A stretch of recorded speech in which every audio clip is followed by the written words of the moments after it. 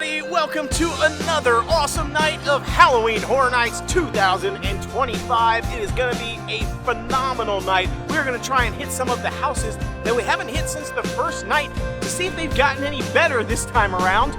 And we're going to try out some of the new foods that they have this year that we haven't had a chance to try because there is so much amazing food this year. And of course, we'll check out the scare zones and all the other happenings. So come along with us. It is going to be an awesome night.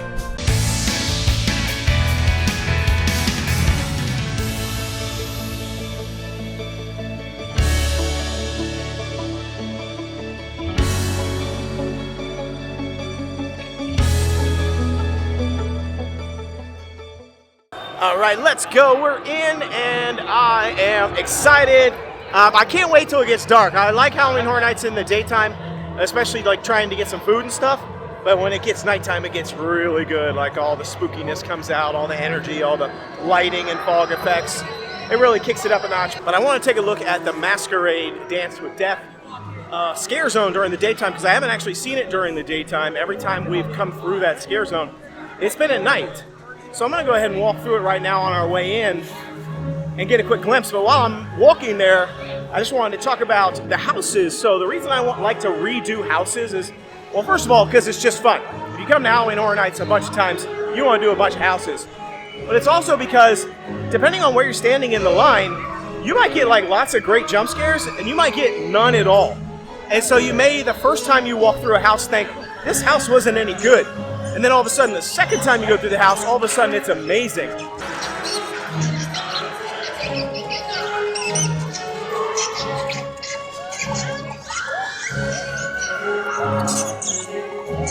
Alright, well this is really crazy because there's almost no scare actors in the scare zone this early. Usually right away there's a lot of scare actors going on. But that particular scare zone, there was only like 3 or 4 total. So a little unusual, I feel like, not normal, especially for a Saturday night, which is when we're here right now. So it's a little odd to me that there was no scare actors really, pretty much empty, aside from like a couple of little things happening. So at nighttime, man, it's like night and day difference. There have been several houses over the years where I thought they were really not great the first time I did them. A good example was the Quiet Place. Last year, was it? Man, it all runs together after a while. Quiet Place was not good the first time I did it. I thought it was kind of boring.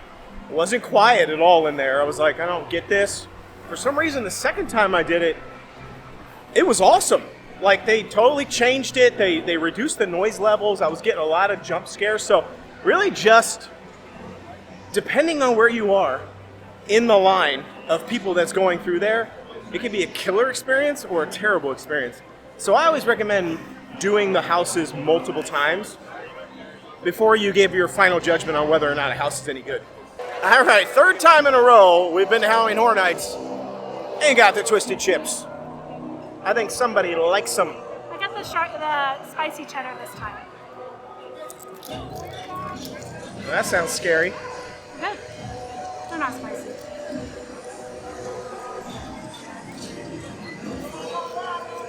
Right?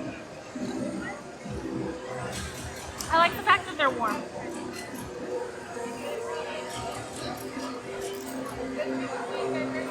I don't like those ones much. Alright, let's go. I don't even taste the cheddar or the spicy. Just tastes like a chip. I don't know, they're good. Not even salty. I taste it. The other ones are better. The spicy cheddar or dog. Busted. Busted. Yeah. Stick with the ranch. But the ranch and vinegar, way better. One of the best things about Halloween Horror Nights, 5-minute waits for all the rides. Literally, I mean, it's walk on for every ride. Almost pretty much the whole night. So I'm walking on Transformers right now. No line. Totally walk on. Okay, I just stopped at the Firefly Funhouse. This is the WWE booth for the year. And ever since I saw it, I've been wanting to try all the food items there because they look so cool. So I got both of the food items on their menu. The first one I want to talk about is the Huskus Muscle Man Slop. This is a beef sloppy joe with jalapeno bacon, Lay's dill pickled flavor potato chips, and cheese sauce, and a chocolate almond bun for $14.99. This thing is absolutely humongous, sounds weird, and I can't wait to try it. Okay, this thing looks like it is insane. I don't even know how I'm gonna get a bite, but we're gonna try. Let's go.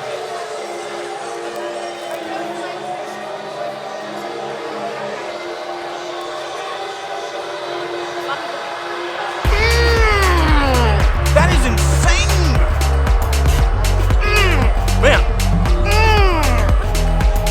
We're starting it off right. It's a walk-off.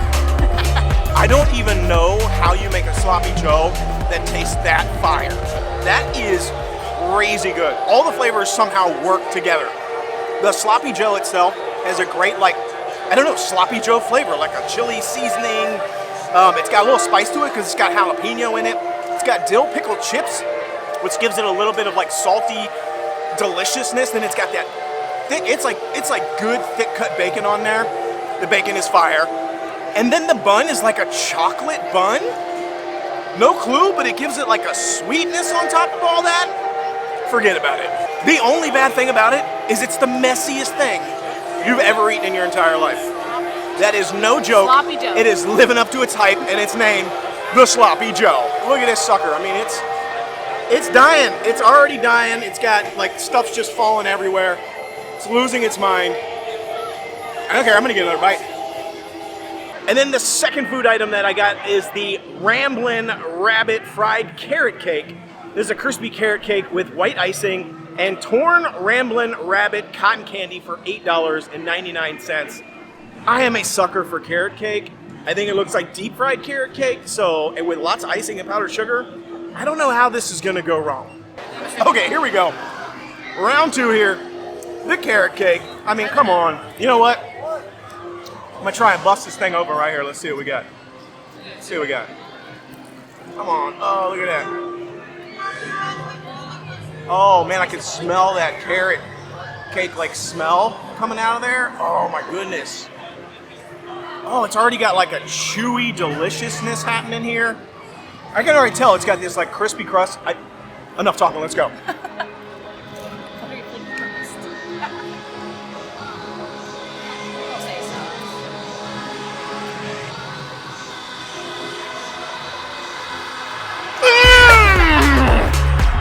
What is going on today? I can't even talk. I can't even talk.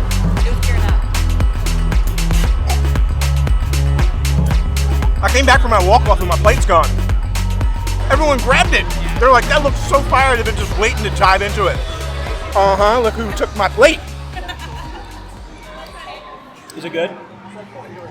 Very, it's everywhere. I'm not gonna lie. I think this might be the best thing I've ever had at Halloween Horror Nights. I ain't gonna lie. This is low-key cooking the Stay Puft Marshmallow Man from last year. She's giving me.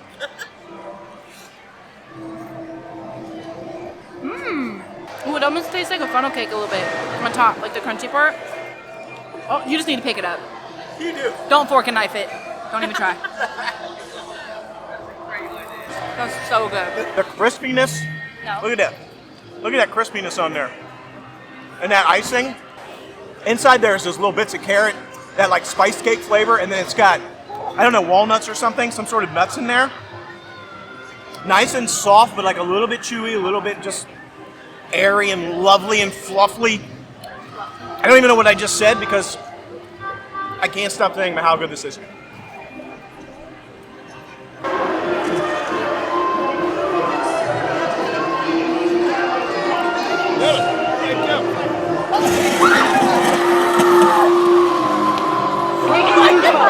Mutations plague the streets of our city, turning people into monsters or something.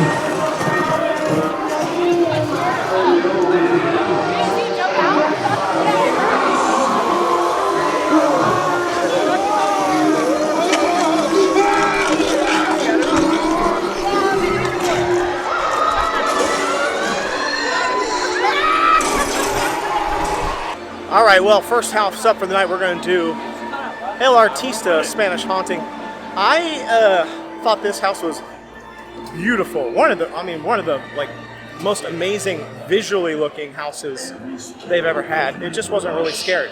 So I want to see if this time around, being in a different position, maybe it'll be a little scarier.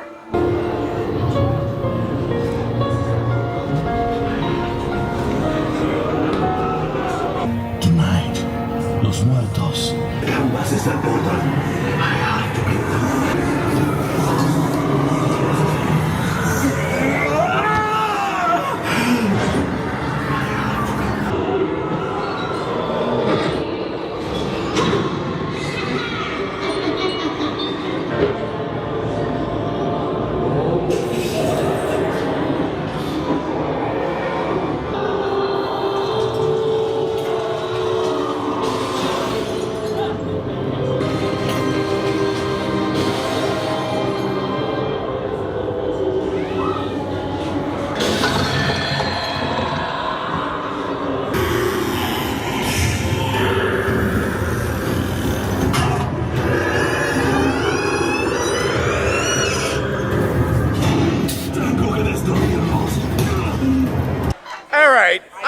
update my rankings for the houses. This is what happens. See, I'm telling you, your first experience may be different from your second, may be different from your third. Your worst experience may end up being your best. Your best experience might end up being your worst.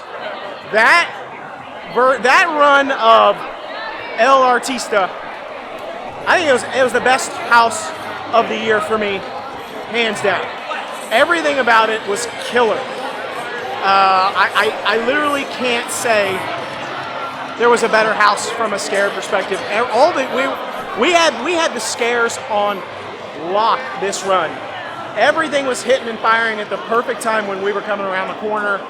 I really love the fact they built an entire house in there. It's insane.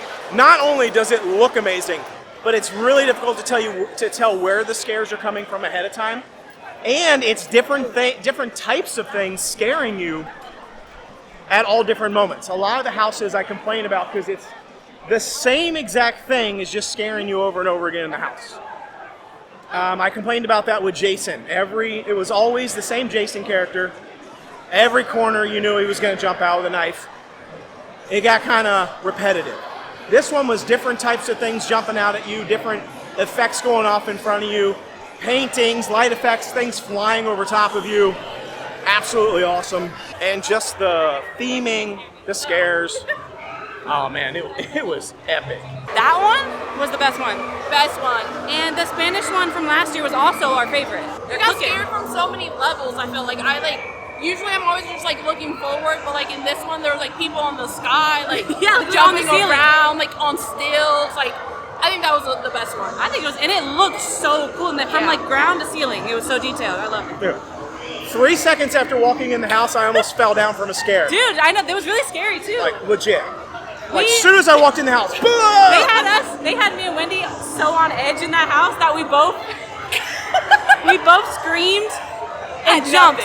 And there was nobody in that entire room. Literally, we were screaming at a wall. So we were just scaring ourselves. That's how good it was. All right, so some people at my table picked up the sour lime tang drink that they have here at Fozzie Fazbear's. I have not tried it. They say it's really sour and delicious, but not very thirst quenching. But I said, I didn't know it was tang. I saw on the menu it said tang. I was like, oh, I didn't realize it.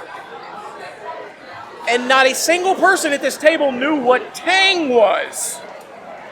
How old am I? So you have to keep it in. I know. All right, I'm gonna try it and then I'm gonna rate it.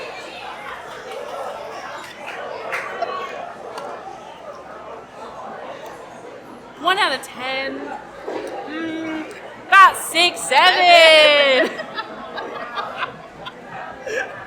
I definitely don't run in whatever circles they're in because I have no idea what they were doing. All right, next house we're going to do is going to be Graves of Flesh. Kind of a cool one last time. I liked it. It was kind of neat. But I don't know. We'll see. It wasn't one of my top houses. I don't really remember much about it. It's like a blur on opening night. You're going through all the houses so fast. Everything just runs together. So I'm going to try and pay a little bit more attention this time. And, let's see what happens. Is someone there? Hey! Who's out there?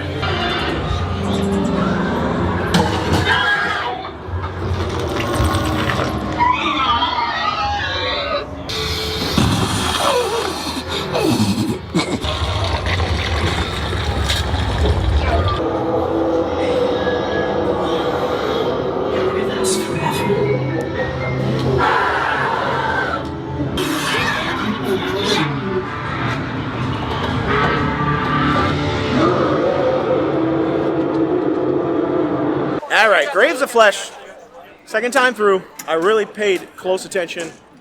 It was a little bit better, I think, for me this time around, but it still was just okay. There were some decent jump scares here and there. The problem I had, though, with it is it was too obvious where the things were going to be coming from. And the theme just felt a little weak. Didn't make a whole lot of sense. It was like dead, the Graves of Flesh, dead stuff, but then there was like almost like weird alien stuff. I don't know, but it was cool. But I could literally see like there would be like a portal and there'd be like, you know, like cloth hanging down from it. So you knew like that was like a doorway where something was going to jump out at you. So it wasn't like, it wasn't as jarring. But it's still a decent house.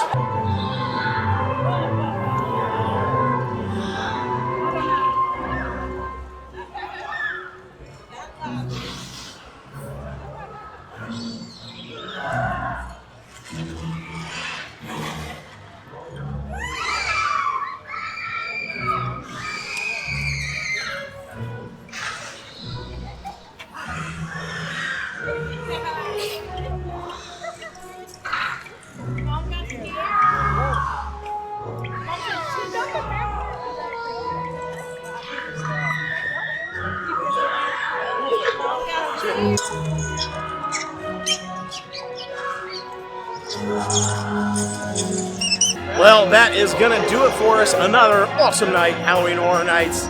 It's back to green again tonight. I still don't know what's going on with the color there. It went from teal to green. I'm just going to keep saying that's Ghostbusters. Awesome night, another awesome night, Halloween Horror Nights. I've now done all the haunted houses more than once each. So I think my rankings are pretty much still very similar. Big fan of the Terrifier house, even though I still say the water thing was lame. Even when it's downpouring, it's still lame.